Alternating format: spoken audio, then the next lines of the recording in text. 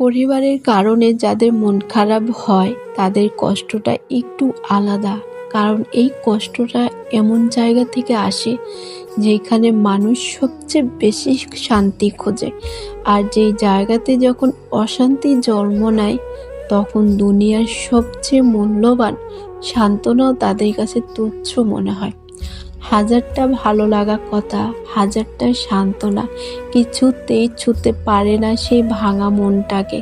কারণ এতটা কষ্ট শুধু শোনা যায় না, এটা ভিতরে ভিতরে অনুভব করতে হয়।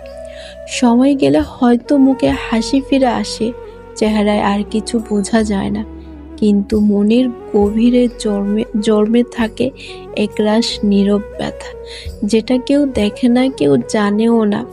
আর সত্যি বলতে এই মন খারাপটা এতটা শক্তিশালী যে তা প্রকাশ না পেলেও ভিতরটা প্রতিদিন একটু একটু করে ভেঙে দেয়।